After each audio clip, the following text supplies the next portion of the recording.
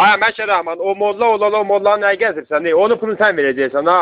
Səndən ötə heç kim verəməz, bax onun pulunu. Ay, mollanın da dədəsini görürüz. Kim sən? Ay, cəhənnəm var, ne köpəyə ağzını açsa ne yaman danışır. Cəhənnəm başını edirəm. Ne cəhənnəm var, ne elə köpəyin də varsan. Kim sən dədiyin ağzını? Dədəyin də görürüz. Boşdaydı hani. Bu köpəyin haqqı yox, bax o mollanın pulunu verə. Boşda qoy boğum sıçımın hər. Boşda bu cəhənnəm var da, cəhənnəm var, öl. Kim sən? Beni boşda ver. Dədiyin görür. Sus sana. Ay qoy gəlsiyim nə poxuyacaq. Ya qoy gəmi gözünə nə poxuyacaq. Aç o payol, sənin yerin bu. Ay ne tamam, sen gümle poxuyacaq. Ha boşda görməyir. Ne görürüz Kerem? Ha boşda.